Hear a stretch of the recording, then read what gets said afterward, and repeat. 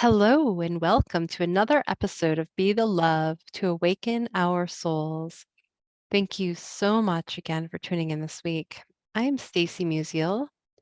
And I am Brenda Carey. We are your co hosts and souls on the journey. We are on a mission to raise the consciousness of humans and the planet, and we need your help. Please spread the word to your family and friends and join us every week. Consider becoming a Patreon supporter or a sponsor to help with the operating costs like editing and the many, many hours we spend creating these shows with quality guests and content. And if you have resonated with our mission, support us in a way that raises your vibration to love. And if it feels safe for you, I'd like to invite you to begin to get centered with us. I'd like to begin by inviting you to take a beautiful cleansing breath in through your nose and out through your mouth, releasing anything that is keeping you from being present. And take another deep breath in through your nose, breathing in calm, peaceful, loving energy, and breathing out anything you are ready to release. And take one more breath in through your nose, breathing in light and love for yourself. And imagine breathing that light and love and send it back to all of humanity, remembering that you always, always have your breath to come back to.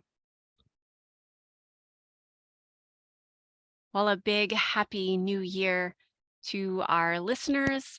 We are continuing our conversation around new beginnings and a new year, but diving a little bit deeper into aligning our visions. So, if you didn't catch our last episode, which aired January 2nd, we talked a lot about just the new year and what that brings, and a new vision, and creating either a theme or a word for your year, or perhaps a sankalpa statement, which is your heart's deepest desire. And it's a vow to your highest wisdom or highest self. And so, if you didn't get a chance, please listen to that previous episode. But today, and even if you haven't listened to that episode, you can still tune into this one. But today, we're taking it even a little bit more into okay, so if I have a theme for the year, or just kind of playing with a theme or a word or a Sankalpa statement, now what? Like, now what do I do with it? You may have specific dreams or goals. Maybe you do make resolutions for the year and you've just started figuring out how is this going to work on a daily or a weekly basis. And how does our theme or Sankalpa for the year really help us kind of clarify our values and just to know what is that going to look like on a daily basis? It's so, so important, to really get clear on these things. It's one thing to have that, what we would call a resolution or a theme, right? But like, how do we really connect with that theme or some sankalpa, that word, because we can drive, in our life, but if we don't have a map, if we don't have purpose and feeling behind that, it makes it really hard to know why and, what's going to help us get up in the morning to really feel into what our true purpose is. And so one of the things that I wanted to share about today too is I've been creating a what I would call a vision book for the year.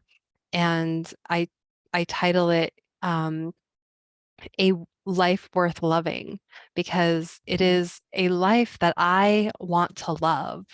It's not something that I'm being pulled around by, you know, outside influences. It's something that I am dedicating to creating because we create our life, right? We can either choose to be a victim of our circumstances and get pulled by that, or we can stand in our truth. And when we stand in our truth and our purpose, we truly can be the creators of our own reality. Yes, I totally agree. I am always saying to many of my clients, we are powerful Mhm. co-creators with the universe, and I don't think we give ourselves enough credit as to how power empowering that is. And I also wanted to include, I love your idea of having a life worth loving and having a book, something tangible to like really write it down and get a little bit more specific. Because so often when I very first started creating Sankalpas for myself, it was just like this nice idea, but it didn't really go anywhere. I mean, I would kind of use it as an intention or a mantra during meditation if it was just one word like I am peace or I am worthy. I worked a lot with worthiness in the year of 2022. But until I actually gave it some form and some direction and aligning it with values and even a mission statement, it just kind of stayed in this space element of, oh, it's a nice idea, uh, but it wasn't really practical. So Mhm. this episode, we're definitely going to dive deep into how we can make our big ideas and dreams and themes for the year and break it down and look at different areas of life and how it can really support us in, yeah, creating a life we absolutely love. Absolutely. And to start out with that is, for me, which has been really helpful, is to get really clear on my life purpose. And that might not always, I mean, it's an unending unfolding, right? To discover what your purpose is. And it's also this beautiful question we can ask ourselves, like, what fills us up? What is our mission in life? What is our greatest desire to, you know, of what we want to create on the inside, and then how we want to show up in the world. What is our contribution? Because that is a really important piece is, how our mission is going to impact the greater world because we all have an impact on the world, whether or not we realize it. And that I believe, oftentimes comes down to a sense of worthiness or feeling like we make a difference, right? And so we have to, start to work on some of those underlying belief systems that maybe have said, well, I don't, don't know what this purpose is, but really, it's a meditation, it's a sitting with that purpose. So creating your life purpose, letting it unfold, my life purpose has been unfolding, well, since I was born. As But all of us, yep. but like really like getting clear on what I'm here to do and what lights me up, and Right. feeling that I'm in flow. Because when I'm in flow, things continue to happen and create when I know I'm in my life purpose and that's what I'm here to do. And so the life purpose and then the my outer mission, and that can be similar to the life purpose, but different because it's, yeah, how do you want to impact the world, right? And like what fills you up and how you want to contribute your energy to the outer world. And then Mm, there's the inner world, the inner mission, right? And so, what is it? How are you coming to a soul level? And what are you here to experience for yourself? And how are you walking in alignment with that so that your inner mission is also a reflection of the outer mission?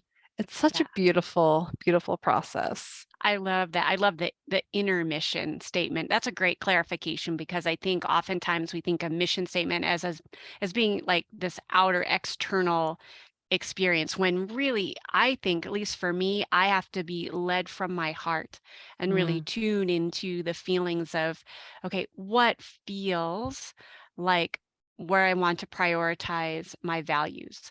Because as I am gracefully aging, I think the years go by faster. And so if mhm, I don't have a direction with my values being like family and friends and those things that I put at the very top of mhm, the list and driven by an inner mission, which I support with all the ways that I love to learn and what really lights me up, I get to the end of a month, a year, several years, and I'm like, what happened? Like, what did I just do? And so without having, like you mentioned, a compass or a map, and then my goals kind of lead me in the direction of my Sankalpa statement. mhm. And so I'm curious, Stacy, you mentioned at the very beginning your vision book and your life worth loving. Let's dive into that. Like, what are your categories? I have certain buckets of mine that I put into, but I'm curious about yours. Yeah, absolutely. Well, as I've, said, I get really clear on my life's purpose, my outer mission, my inner mission, and then my personal mission statement. And so it's all getting clear. And so they all build on each other. But then you mentioned values. So that is a part of this book as well. By the way, my book is about, yeah, 8 pages long, all typed out. And so it's really it's very elaborate. Because I find that to take the time into something so, important. This is our lives we're talking about, right? We're here, and why not take time and put a lot of energy and working toward that. So yeah, values. I have my values because when I'm living in alignment with my values, that's where my soul is happiest, and when I find myself out of alignment, I start to get anxious or, down, or feel heavy. And so it's really important for me to really come back to these values. And so and then I will put my sankalpa in there, right? So my sankalpa is just a one phrase, that kind of sums everything up for the year.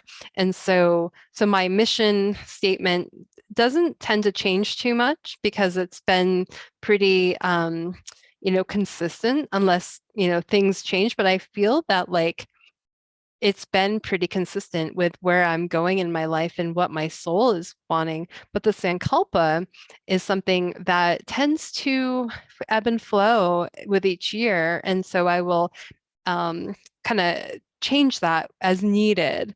Although this last year, it actually stayed pretty consistent because I'm still working on the same theme for that.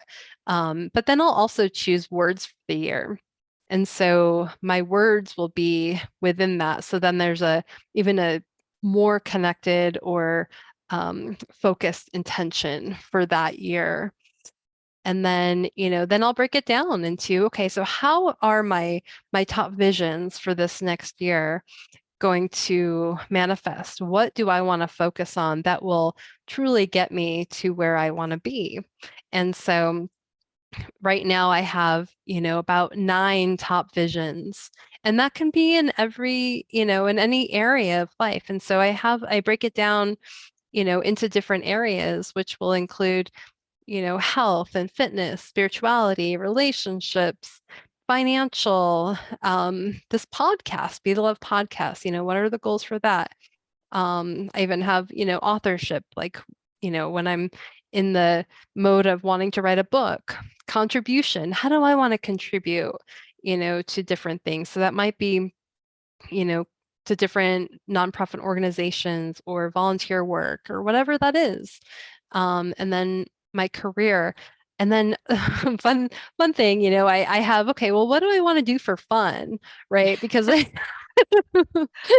I that feel like is Yeah, I feel like sometimes like when I start talking about like my goals and people are like, "Man, you're kind of ambitious. I don't know about that." It like seems super serious. And I'm like, "No, actually I like because I love the work that I do, it doesn't feel like a it's drag or not anything work. like that." Yeah, I actually find a lot of joy in it, but I also Mhm. understand for some people they're like, "Ooh, that's intense." Yeah. So I always have like things for fun, like that Mhm. don't necessarily have a particular direction. A lot of it is something new to learn because I find as I am gracefully aging, I've said that twice now, uh, people are going to think I'm like 100 years old, but I'm not. But it's good for me to learn new things. Mhm. Even if it is something like a simple technology platform or something, but Mhm. to have something new to keep my brain active, and it's good medicine, I think. But yeah, Absolutely. I'm all for having fun listed as a part of our values, and that looks different from person to person, Mhm. but for sure, having Yeah, fun. I think it's so important. I mean, obviously, like, to to include that in our goals and our vision for the year, right? And so what are some things I want to experience, whether it's new or, things I've done before, things I love, like I want to go backpacking, 3 times this year. That's like I didn't get to go last year for whatever reason. I had a lot of things going on, but like that's my goal this year. I want to, I love to get out in nature. I want to, put that on there. And so I'm going to make sure that those things happen. And then things that are important to me are like travel and freedom. And so I'll list out the places that I will and plan on traveling to. And so, and then I'll also list out, okay, well, what books or programs are going to support where I want to be at the end of the year. And Yeah. I always have a very pretty hefty book list. So and do and I. so, I put them all down and if I check out like last year, I think I read probably about 8 of the books I put down. Whether or not they were on Audible or in, paperback. I was able to get through, probably 8 out of 20, and so it's also there's ebb and flow. If there's a book that comes out, doesn't mean I always have to go off the list because there's maybe something that's calling me that I hadn't known about. But it's also I ask myself, is this in alignment with, Yeah. my vision for the year? I think And, that's probably the most helpful part. Like when I do really start breaking down the goals in the different, like personal health and fitness is always, definitely an area, but I'll start going through. I'm like, okay, is this health program that I'm considering or book or podcast that I want to read or listen to, is this in alignment? Like, does it feel like it's going in the same direction, as I usually base it off my sankalpa statement because that's mhm, very heart centered. And that's a very, like, it's what we'd call like a very feminine perspective of how to, walk in this world. mhm. And when we get down into goals and how am I going to do it in like 3 backpack trips a year and how am I going to break that down, which is great. We need a balance of both. But that's the more masculine energy Mhm, that's like, okay, let's get the mind to work and, figure out, okay, yes, I'm definitely going to do this health program because it's in alignment with my more heart-centered feminine wisdom of my sankalpa statement. mhm. So as we're talking through this, I'm just kind of like having the listeners sort of follow our train of thought, because I think for some, this might be like a really new concept. But having a more heart-centered theme, sankalpa, whatever you want to call it, and then keep diving deeper. Yes, thank you for bringing that up because I think that's an important piece. Because we are in our culture really taught to be in that masculine mindset of we need to go focus on our goals. This is what we are going to accomplish, and it's really very it's very masculine, right? And so, And I'm just going to add, most people, and I don't know what the exact statistic is, give up on their goals and resolutions. mm, I mean, I think it's like last time I read it was around 50% by the end yeah. of January and like 80% by the end of February. So obviously, when we create these very, like, I would say masculine generated goals where it's just about doing and not Hmm. about the being and the feeling, they don't last long. Right. Just saying. Absolutely. Absolutely. No, it's so true because when we get into the feeling of what is this, going to create, like how we're embodying the feelings of what we're manifesting, and that's going to create the flow, right? That's a very feminine principle, which is, another reason why I think it's so important to, you know, add in fun and how can we create our goals in a fun flowing way that is going to feel good, and part of my thing is like I love to dance. And so I make sure to include dance into my day and into my life. I'll go dancing a lot. And that helps me, get out of that masculine and into the feminine and, just also trusting the process that's unfolding, because the masculine is very linear, right? And so recognizing that when we open up space, even though maybe things aren't aligning or manifesting in this exact moment the way we want them to, and that, how in linear terms, Right. the universe doesn't work that way, right? And so we might just need to stop and take a breath and pause and just reflect and, be okay with things not always manifesting, exactly the way we think they should, or so Yeah. like, so really tapping into the feminine principles of flow and working divinely with the universe.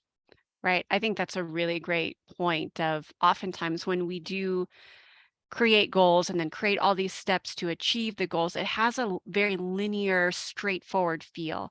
And as many of us know who've lived a few years on this planet, it doesn't always go that way. Sometimes it does, and great, celebrate it.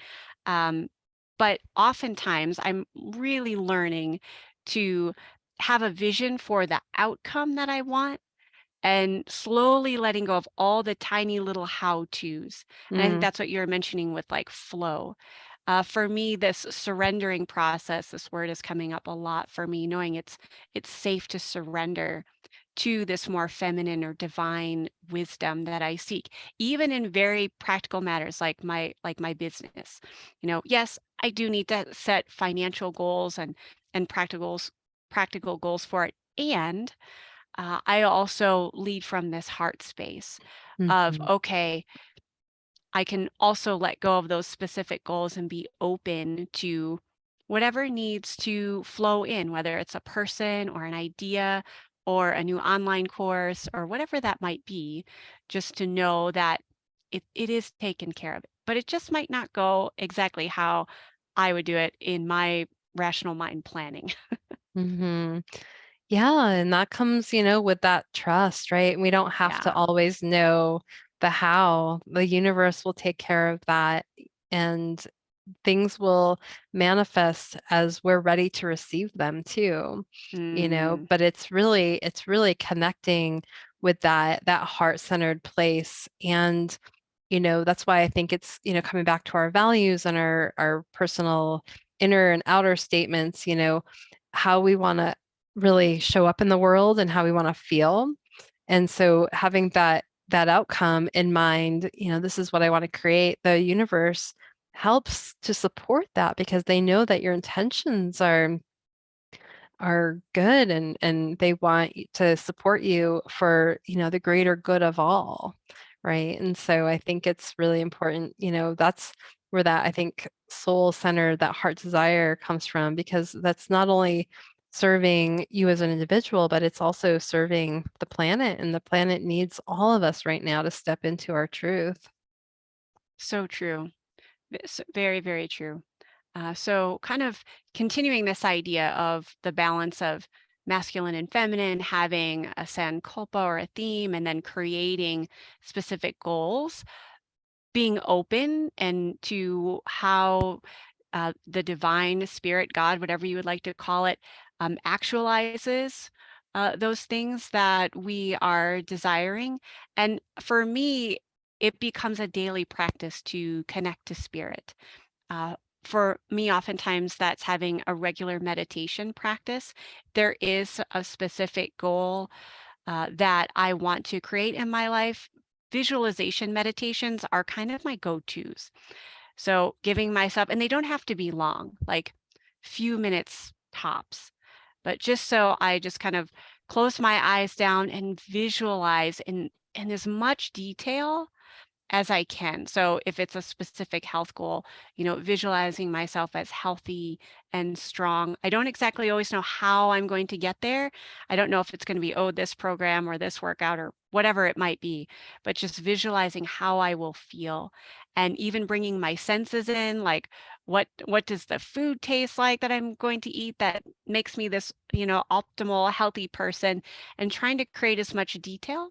And then usually at the end of my visualization, I do either just like open my hands up and release it. I let that visualization dissolve as kind of this sign as like, okay, universe, here's what I desire. But if you've got a better plan or a better, even than what I can think of, it's yours. Like, take it.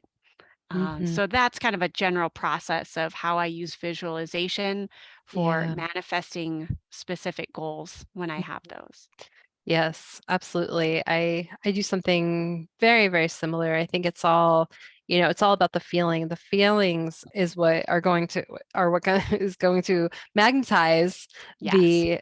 the thing you want to create, right? And if you feel healthy, like what does optimal health feel like in your body? Like I just Right. like feel into that and then I like allow the energy and movement to come through my body where it just radiates through me and then just imagine like all my cells like vibrating at a like high frequency level. And I do that with everything. And so just on top of that, like I imagine I am a magnet and I Mhm. am magnetizing the thing that I want to create in my life. So I am, the energy field that is allowing that to come into my life. And so when you're a human magnet, you know, magnetize, exactly what you want. It's powerful exercise to do. I love it. It is. It is very powerful work.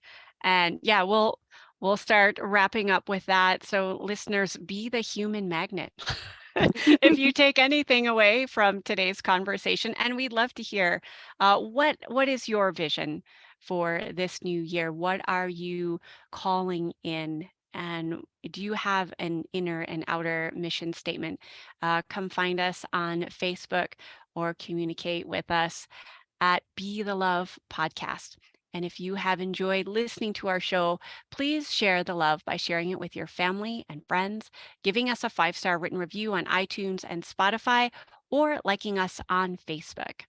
And I am Brenda Carey. And as a holistic healer, I offer coaching and online programs to guide people in their sacred path to vibrant health.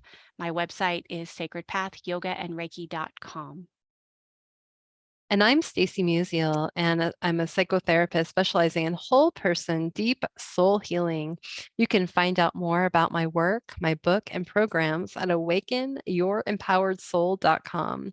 You can check out our links in the show notes. Please consider supporting our mission to awaken our souls with a monthly donation that will help with the operating costs of this podcast so we can continue to spread the love. To contribute, visit our Patreon website at patreon.com/Be the Love Podcast. Stay tuned for more episodes being released on Mondays at 5:55 a.m. Mountain Time.